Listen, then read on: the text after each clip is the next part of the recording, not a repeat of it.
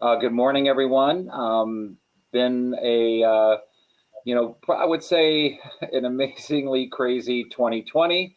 And I would say, good morning, Carla. And I would say it's been an amazingly crazy last few days. So I am both, partially on the edge of my seat and in a little bit of a hangover from both the year and what's going on in the country. And just wishing everybody, you know, uh, safety and good spirit and us coming together, wherever we're going with things. And I just want to, start with that greeting. My name's John Witz. I produce many events in the Metro Detroit area. I'm joined by Stephanie McIntyre, who is supporting me in this presentation. And we're going to talk a little bit about planning events for 2021 with COVID, I would say in general. And I'm going to kind of go through an array of topics, and we will have a Q&A session at the end. And I also, if you want to put a question up in the middle, I'm certainly one who's willing to address things while topics are fresh or we're on a certain situation. So I can see the chat. So if anyone has a question, feel free to throw that in there. We might get to it, prior to the Q&A at the end. And I really appreciate, meeting everyone this morning and joining you. So good morning, and without further ado, let's get started, with this morning's presentation, and thank you. Here we go. So let's start with, just a little bit of background on myself.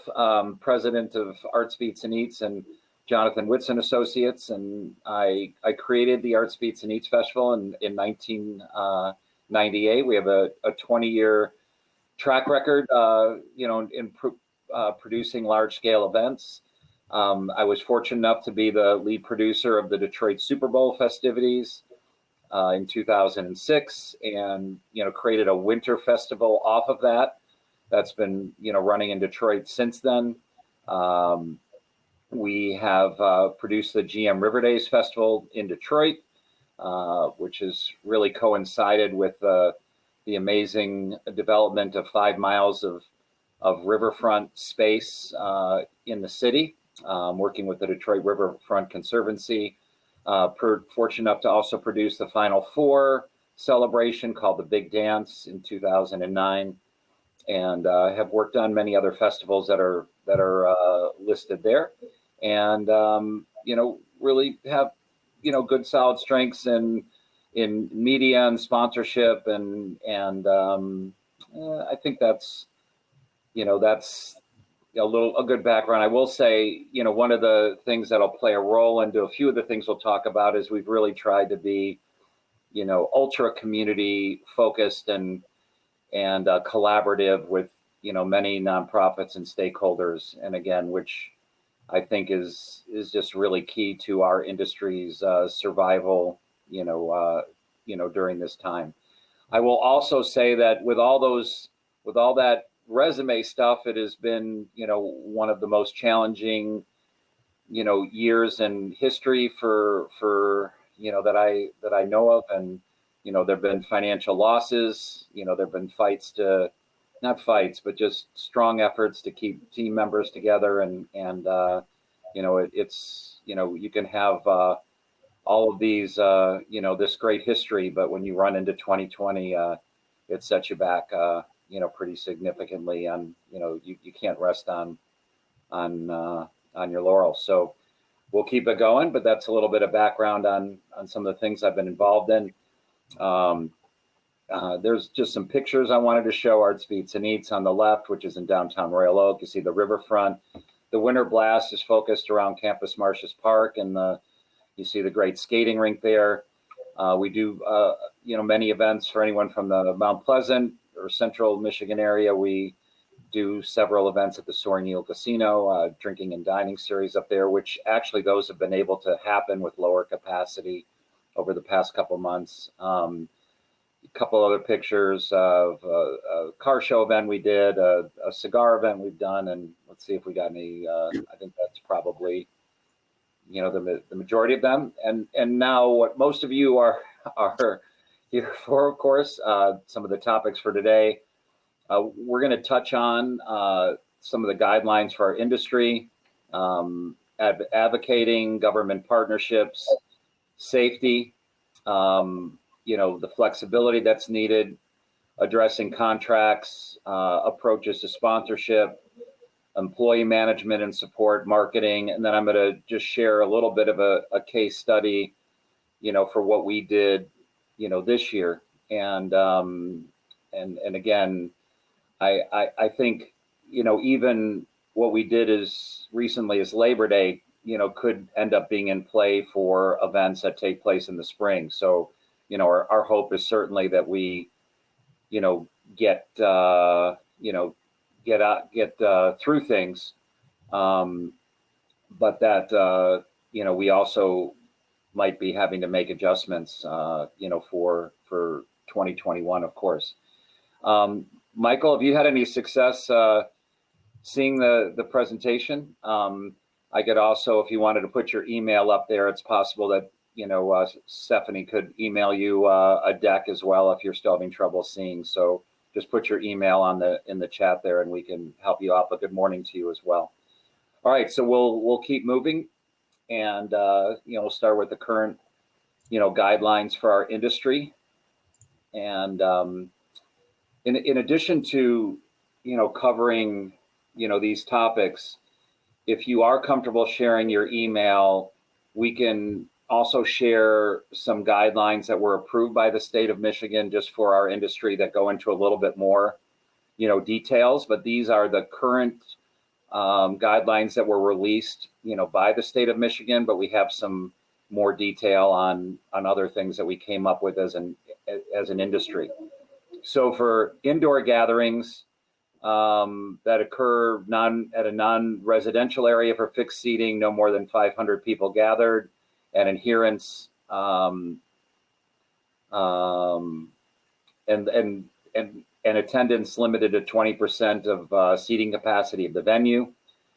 Without fixed seating, no more than 50 people are gathered, and attendance limited to 20 persons per 1,000 square feet. Again, very tricky on anybody who's on here with an indoor, non-seated fixed venue. I'm gathering most everyone on the call is outdoor gatherings. We are fortunate that, we had requested just getting outdoors up to 300 folks, and because of the long wait we had, the government or the state of Michigan came out with 1,000 people, which really helps folks that have larger venues. So we're up to 1,000 people at a non-residential venue, and permitted only to the extent that organizers for fixed seating are at 30% of their capacity, and then without fixed seating, 30 persons per 1,000 square feet. And that includes, any district area. So you can utilize, if you're in a downtown, utilize restaurant space and other real estate, as your guests might be interfacing, in those businesses. And then requiring everyone at the gathering to wear a face mask. What's interesting is that the state does not specifically prescribe whether you can take off a face mask to eat and drink, but our presumption, and if we were to operate under these, is our presumption would be that you absolutely could allow your guests to eat and drink without a face mask, and then you want to apply your social distancing rules with things. I have a son visiting me with autism here. Tucky, you need to shut the door and wait outside, buddy. Thank you. Yes, thank you. Excuse me, everybody.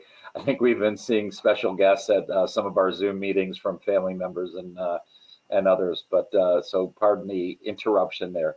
So we can talk more. I'm sure there'll be some more specific questions on this, but this is the current guidelines for the state. I do think that a group that I've been involved with will start advocating and communicating a little bit more. And if there's anybody with winter events coming up, certainly we'd love to hear any questions from you.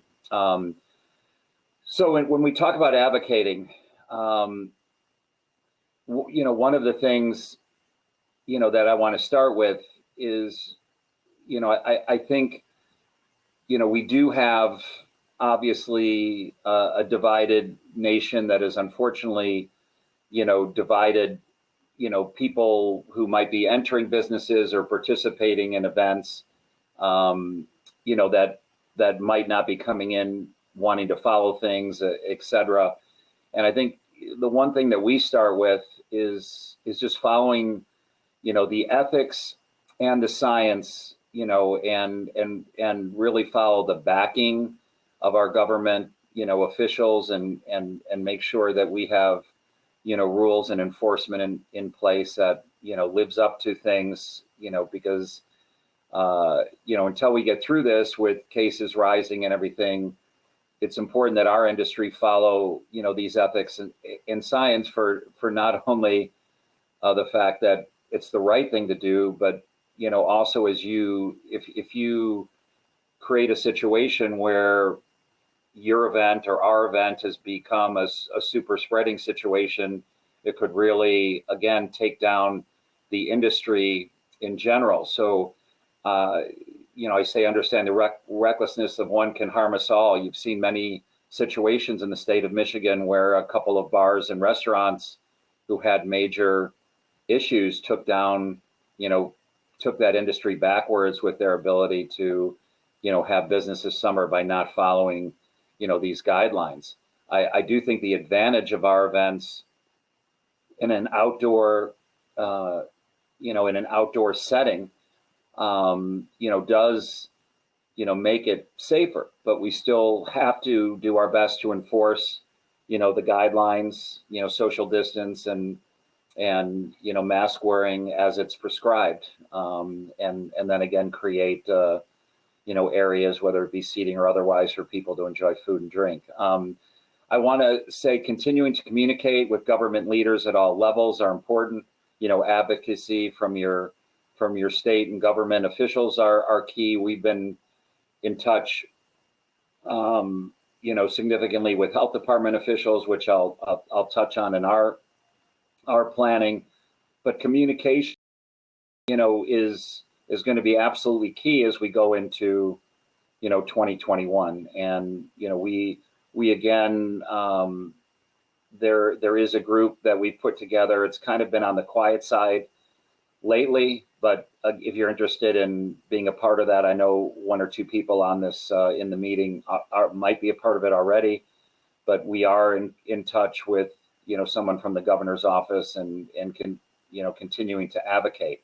But saying all that, what I want to say is kind of some level of good news, in the sense of our power not necessarily feeling as strong, as we'd like, or seeing the progress in our industry. I want to say two things. One, our industry will be led by major players. And I've been in touch with folks like Live Nation and AEG Live and the sports teams. They are at very high levels, trying to push through, things like Major League Baseball with fans for the future, concerts coming up in late summer of 2021. And there are folks that have, I don't know, I would say more powerful voices, connections, lobbyists, et cetera. And these entities, one, have a great respect for safety, and two, the amount of business that they do and the impact on the economy, will be leading, the efforts to try and get things back open, based on, how we solve this next wave over the next, few months. So that's a positive, thing I want to say. The other positive thing I want to say that's not on here is that when the governor gave the order that we can do events of up to 1,000 people, which, came out as things were spiking in a couple areas. With that said, one of our big objectives as a group was to get large scale events out of phase 6. Phase 6 and Michigan Stay Safe meant we were the last ones to have an event. And we really made the case that some of us with large areas, large downtowns, state fairs, bigger spaces should have more leeway, with our special events. And by making that designation from the governor, we are no longer in phase 6. So because we don't have to, we don't have to get to phase 6 to do an event right now. So we could continue to negotiate for larger space or advocate for that, but we're not at the end of the chain like we were. And hats off to our group for helping with that, and all the people that contacted their state representatives and local government officials. So we started the process in April 2020. We've been a little bit quiet. Recently, I think we do want to see things play out with both national leadership, and how the country addresses, this next wave. And I do want to welcome my friend Doug Birch into the meeting as well. It is great to see his name, and hope you're doing well, sir. All right, on we go. And Doug, by the way, I just want to recognize him. With his efforts, has put together industry guidelines for the carnival industry, was part of our group, and has also been a strong advocate for seeing our industry move forward. Okay, next step. Thank you.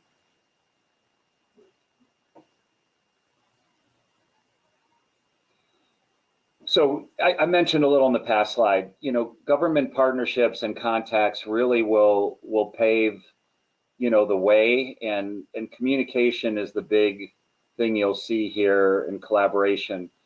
We were able to do something, in Royal Oak, which we'll talk about a little bit later, but having constant contact with your local health officials, getting your event plans out there, getting your safety protocols out there, establishing the credibility is really important. The head of Oakland County Health is someone, a woman named Kathy Forsley, was very open to discuss things. You'll find a lot of these officials understanding, the perils that we're in right now, and that communication will really help you, I think, get as liberal adjudication as possible on what your protocols are.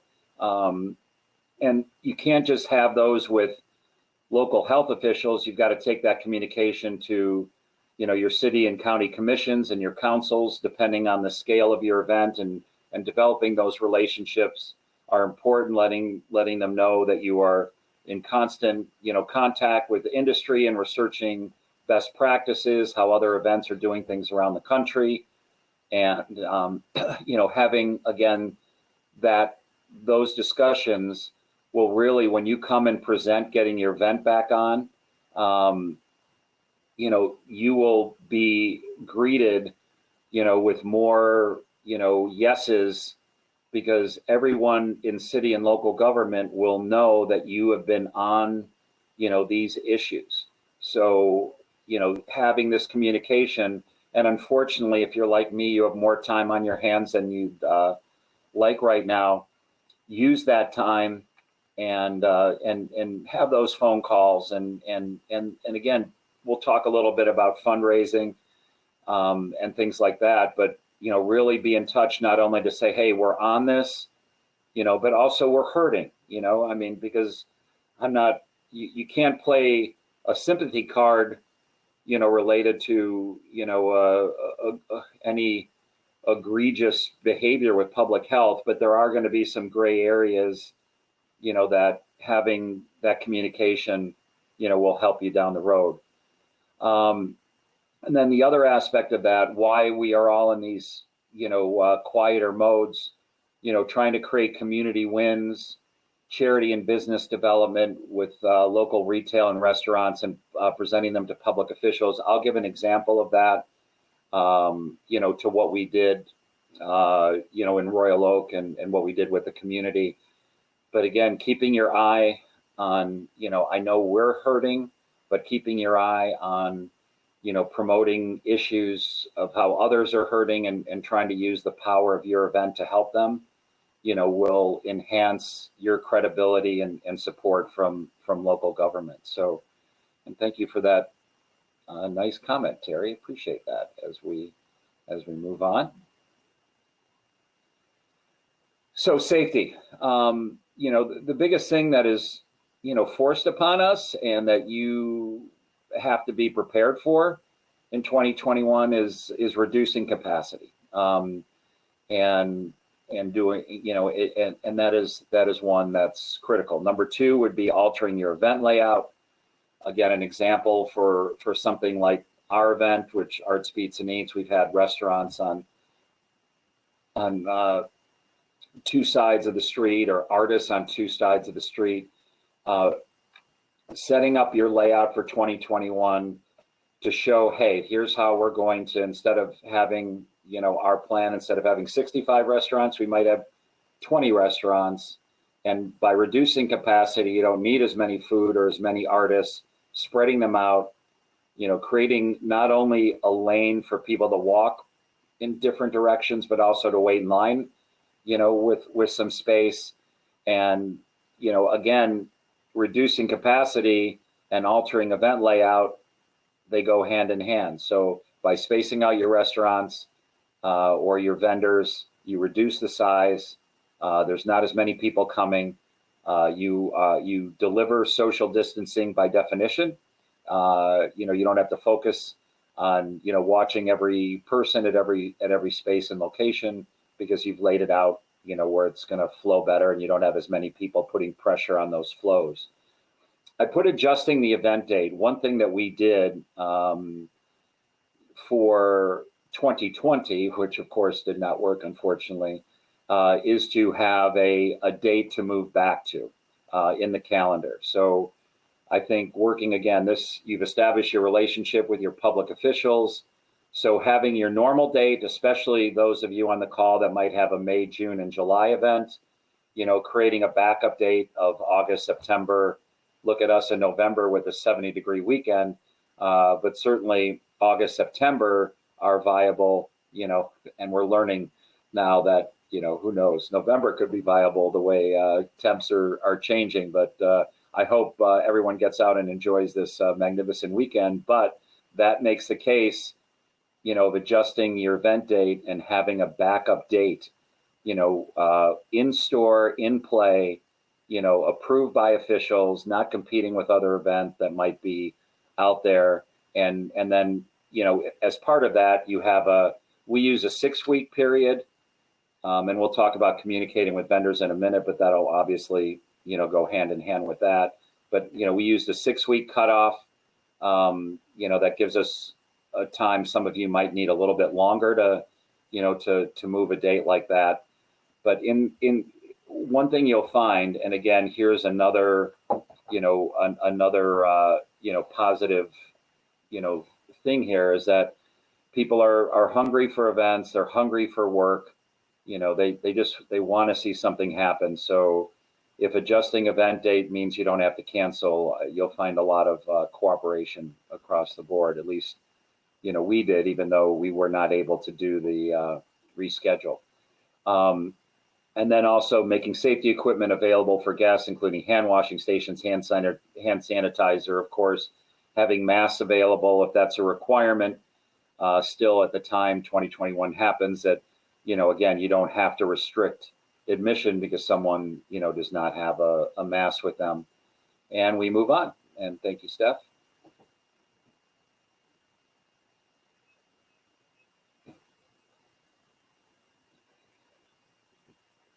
So flexible participation models. So one of the ways, if we have to reduce attendance, one of the ways to offset that is to increase capacity. So again, that's not available to everybody on the phone call. But, you know, one of the things we're looking at for our festival in Royal Oak would be to add additional real estate, a couple blocks or two. You know, unfortunately, in the city of Royal Oak, you do see, you know, slow retail, you know, because of COVID and not as much traffic. So again, expanding the site will generally be, if it brings traffic into a downtown, for example. Others of you might have to be more creative, but more real estate means more people. So looking into contingency plans, it goes back to your communication with local government officials. Hey, we can make this event a little bigger, have a bigger impact on the community if we had some more real estate? Can we close another street off here or there? Could we, use this extra parking lot? And again, if there's a lot you use for parking, you might have to create, more walking, opportunities, limited capacity shuttling, et cetera. So, these are things that are definitely worth the research because you can get more people in. The other thing is develop multiple layouts for your event. We see, unfortunately, safety restrictions or opening of restrictions can come with very little notice.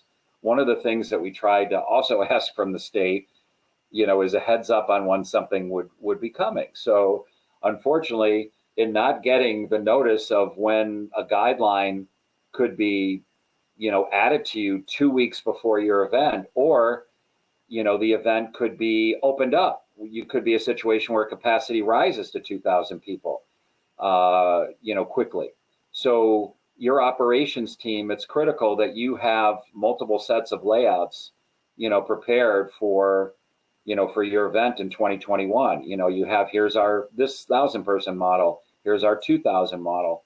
And, and we all know how to do the model of back to normal, which is the model we hope for. But, it's important that you have layouts ready. And again, how does that translate to your vendors? If you're only allowed to have 10 vendors based on your new layout, try and have those second 10 on call. So, hey, things might open up for us, folks, so make sure we have those second vendors on call. The other thing that we were prepared to do if we were able to get our event back is to create, time-stamped attendance to maximize, and predict attendance. So if you're in a situation where you only can have 1,000 people, but, you have 3,000 people show up at a certain time, then you've lost those customers. They might not come back. If you have a free admission event, you could create an online situation which will engage your customers, and you can use it in advertising. Go to our website for your free admission thing. So if you can create a situation where you have admissions between, let's say, 1 and 3 o'clock, and then you have a 15-minute empty and cleaning, and then or 3:15 and 5:15. Hello, Tim. I just see you join the session. Nice to see you, Tim. I'm not seeing you, but I see your name. It's great to see that. Great to see you on board, rather. And so by having these time-stamped attendance, whether you're charging or whether they're free, you can predict and guide your capacity to be as full as you can at different times. And again, you can always figure in a 10 to 20% no-show, especially if you're a free event. So if you have 1,000 people for a 2 or 3 hour window, you can definitely give away 1,300 tickets. I mean, there's no issue. I doubt there'll be a specific count if you're 5 or 10 folks over or whatever. But, I think the idea of doing that, one, it could create some revenue for you by saying, yeah, we're doing it this way. We have limited capacity. We need you to charge $1 or $2, get your tickets online, or we'll give them to you. But it creates promotion and engagement. And then most importantly, it allows you to stay at capacity. And it tells your people, like, if you're normally busy at night, offer up a promotion during the day, maybe charge $2 in the evening, but it's free during the day. So, you're pushing people so that all your vendors get support, you're maximizing attendance. So some of you who might do 5,000 people in an evening and only 500 during the day, you might not lose anybody. If we get to 1,000-person capacity, you can spread those people out in 2.5 hour, 3 hour blocks. And again, this is not on the slide, but you can take, use the time to have interaction with your customers, find out how they feel about safety, whether safety might impede them from coming. And I'm not saying there's anything you could do about that, but at least you can get some feedback and saying, hey, would this work for you? Would you come at a different hour? And give them a heads up that this might be coming, for those of you who have the data to stay in touch with your customers. And then we'll talk about contracts, but negotiate with your vendors, so that you receive some discounts if you have lower capacity. We're obviously all negotiating for our survival right now. But I think one thing you can say to a vendor is that, hey, if we can have the full, if we get opened up in full, we'll pay you that normal fee for a tent, or we'll pay you that, for electrical or et cetera. But if we're restricted and our revenues are restricted, can you work with us? So at least they see the upside. So you don't go in and just say, hey, we're gonna, try and beat up the price, to 50% off or whatever the case is. It really, when we approach vendors, it makes sense that their benefit goes with our benefit. And we found a lot of folks cooperate with us. Now, can you do that with security, which has low margins and things along that? You can't do it with the price per guard, but you can do it with the amount of guards you have. So you can figure flexible cost structures, to match your attendance. And again, we found cooperation as long as our vendors know that, hey, if things got back to normal, giving us 50% off on their pricing, giving us 50% off on their pricing is, not an unreasonable ask if they know they have a pathway to 100% pricing. And one thing about tent companies, as an example, that industry is not hurting right now. So people that you've supported for years, and I'll explain that in a second, but people that you've supported for years, leaning on them to help you, with costs are important. And the reason I say, tent information, tent companies are doing well because they're all doing COVID sites. And they're all doing restaurant outdoor areas that are tented to increase their capacity. Every tent company we work with, which is 4 that I've talked to, are doing insane amounts of business right now. Now, in a different region of Michigan, that might not be the case, but there was so much outdoor COVID testing and restaurant outdoor tented spaces. So, I think you'll find some support. You're doing great, buddy. Thank you, buddy. Sorry, again, my son interruption. Yes. I need to be alone, Tucker. Shut the door. Yes. So, all right, on we go to the next one. Sorry, went a little long on that slide there. And Terry and Marilee, you make my day with your comments. I really appreciate that. So this slides right into to contracts. So when you're doing your contracts with your vendors, it's critical to negotiate an out clause for 6 weeks out. And again, I would do price reductions, at 4 weeks out or 2 weeks out, because again, the tent companies or the other companies, want to try not to lock up their equipment or their services much, but you can't be in 2021 and not have an ability to be out unless you can cancel if things spike up. Again, I want to have optimism, but having these clauses are critical to you surviving another tough year. And this is something we were able to do. It doesn't mean that everyone can do this, but your long-term sponsors try and seek a small level of compensation in case of cancellation to cover efforts of planning. Many companies have been able to stay in decent financial standing. And because of the work you've done in your communities, do your best to make a case for your survival, the quality of life, that you bring to the community, the nonprofits you support, the sense of volunteerism, bringing people together in divided times. The work that we do is very underrated, and trying to make a case to sponsors that if you have to cancel, that you're allowed to keep a level of that sponsorship just to help with your staffing costs, because a lot of us, rely on sponsorship revenue for those advanced costs. In our case, it's part of, our just survival budget overall, but many of you use that sponsorship revenue to, to cover, salaries or yourself to keep going. The other thing we put in our sponsorship agreements and our discussions is to transfer the commitment to the following year in case of a cancellation, so that you don't have to go back to the well.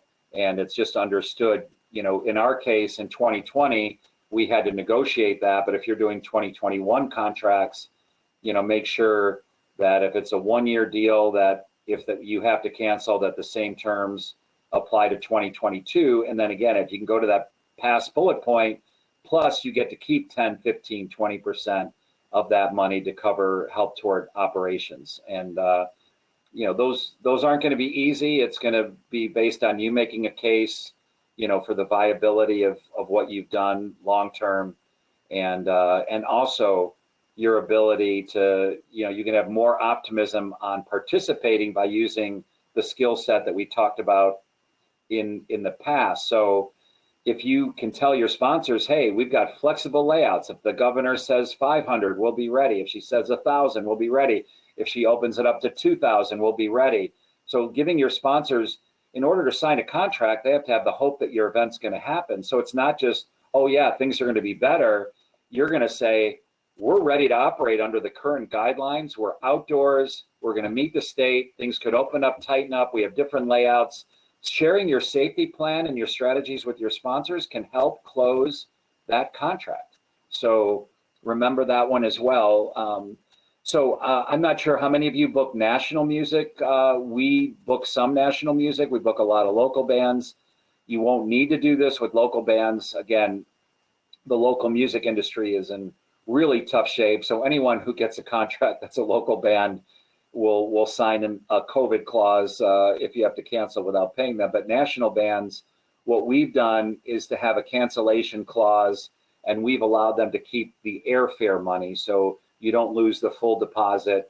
A real reasonable thing that we found is, if you give them, say you have a $50,000 band, you have a $25,000 deposit. If you cancel due to COVID, then you get most of that money back. Let's say the airfare was $3,000 or $4,000 for the band members. They get to keep that in good faith, and you get your money back. So that's what we've used in our contracts.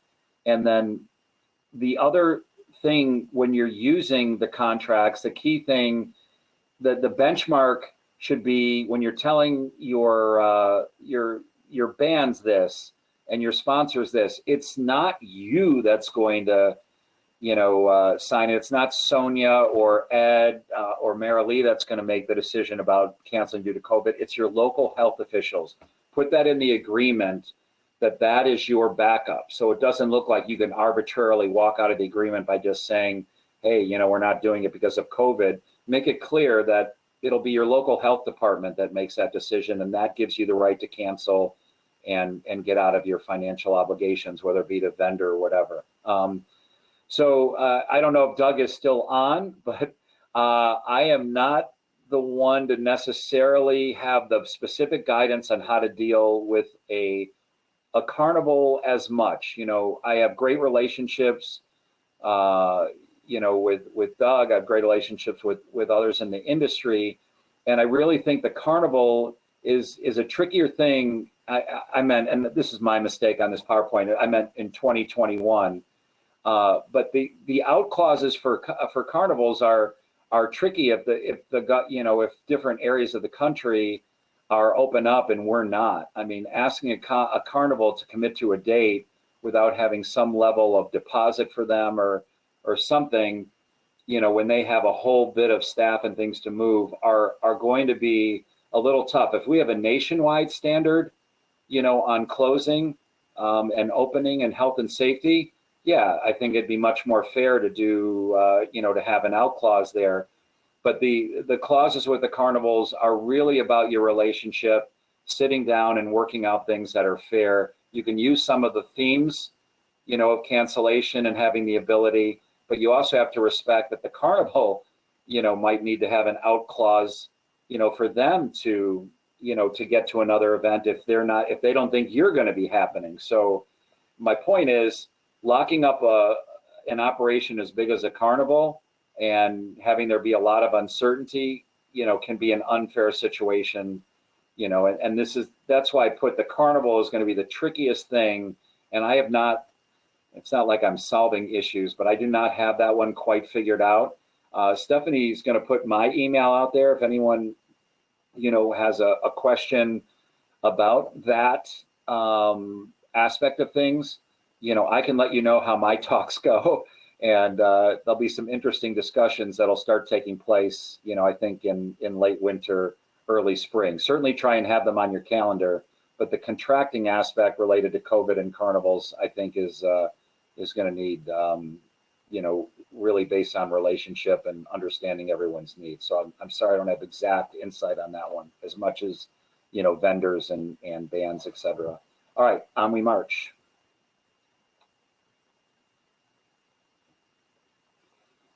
Sponsorship, I think the brand maintenance, structuring a way to help give back to the community, whether you happen or not, I think emphasizing that for sponsorship, is really important. Not just, letting them know that you're in touch with your guests, you're in touch with the community, you'll have some level of advertising, either way.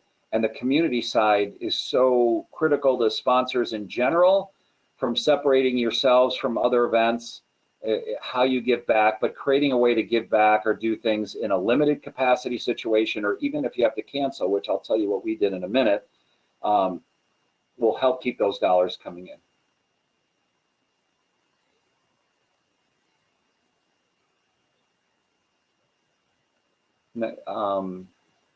So another thing I want to talk about is just staffing and how to keep your teams going. Again, I've had a team, a core team of 5 and kind of a part-time team of 5.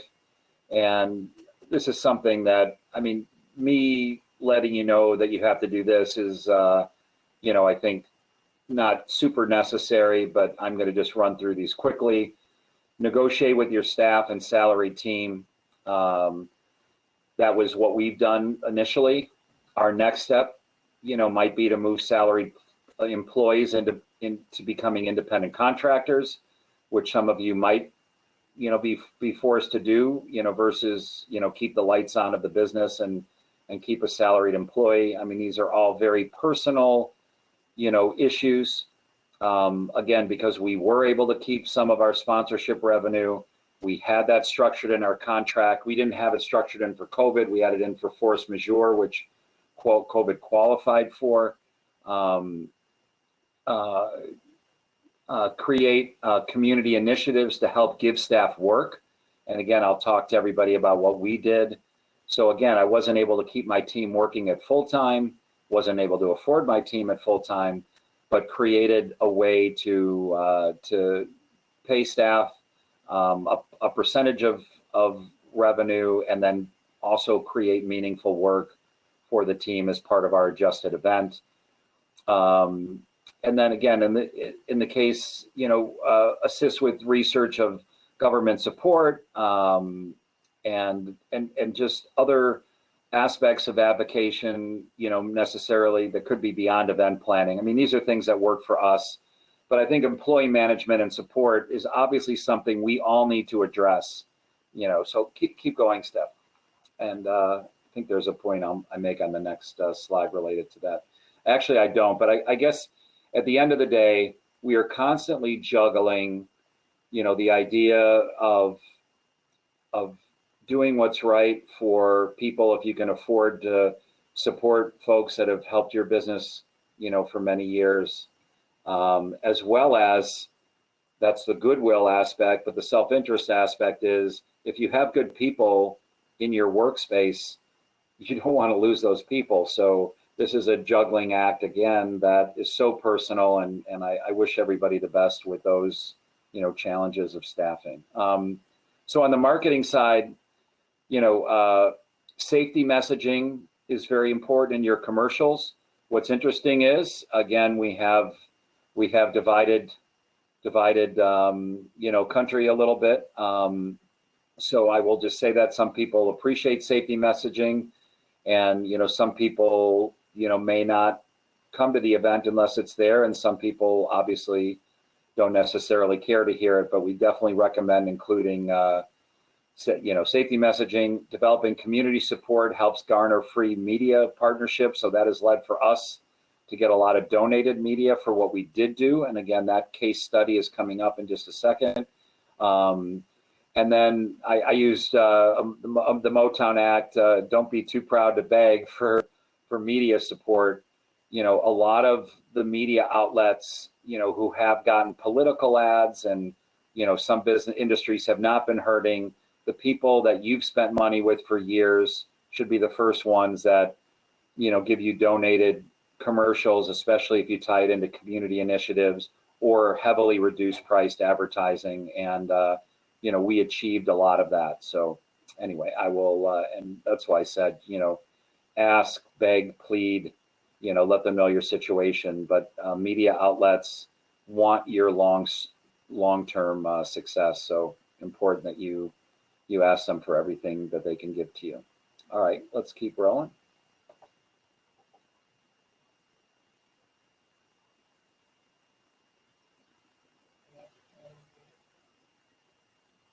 Doing good, buddy. Yes, yes.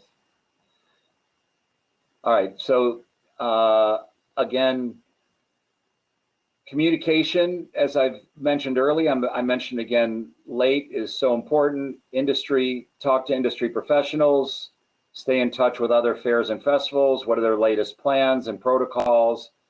Maintain constant contact with local officials. Keep ongoing dialogue with sponsors, vendors, communicate with fans and guests, build credibility on health and safety. So when we talk about marketing, all of this communication is marketing. It gives credibility. It reminds you that you are there. They let people know you're going through issues. So when you come back and you open at whatever level in 2021, this marketing, well, this communication is going to help you get people to your event and supporting what you're doing. So keep talking to folks. It is quiet times. We have time on our hands. Use that time for meaningful communication, as I've said. All right, keep going, Steph.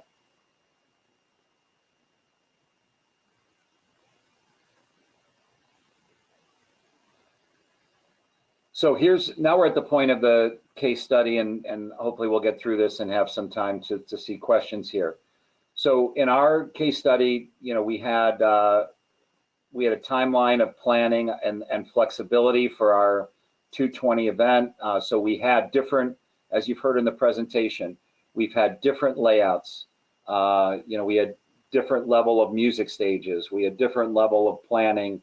So that went on for, you know, from when COVID began, you know, all the way up until our event. We were, you know, debating doing a virtual situation, but we decided to actually, you know, do a live event with limited participation. I mentioned the communication plan with local officials. We had a lot of negotiation with sponsors. Again, we were able to retain some sponsorship revenue to help us.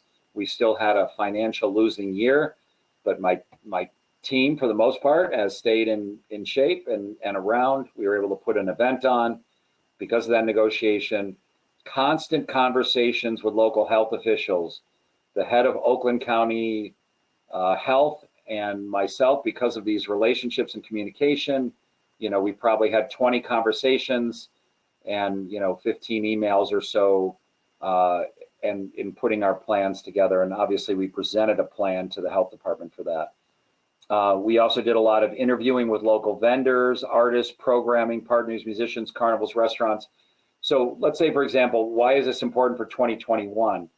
Having a conversation, will you attend if our attendance is only this?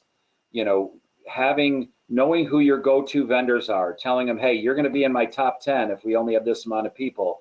And then the next group of vendors, are artists willing to travel to do an art show? So we had to do these interviews in 2020, and you should, you know, damn straight know that you better be doing that for 2021. You know, are your artists going to travel? You know, are they hopeful? You know, we're going to be in a situation where we're going to have a major COVID spike, you know, possibly doubling the death toll, you know, for the next 2 or 3 months. But you have to be interviewing, you know, people, you know, that might be coming to your event in the summer and knowing where they stand on participation and having that locked in. So we have time on our hands right now. Make sure you talk to all your participants and stakeholders, which we did in 2020. So what we did, and you can see pictures, The picture on the bottom left corner is art by appointment. So we actually had 20 artists come in, many from around the country, and we created appointment time similar to that timed admission. We could have, again, had more people, but we only did 50 an hour since there was a 20% no-show rate. We didn't quite have full capacity, but we had sessions of an hour and 15 minutes, and these artists came in.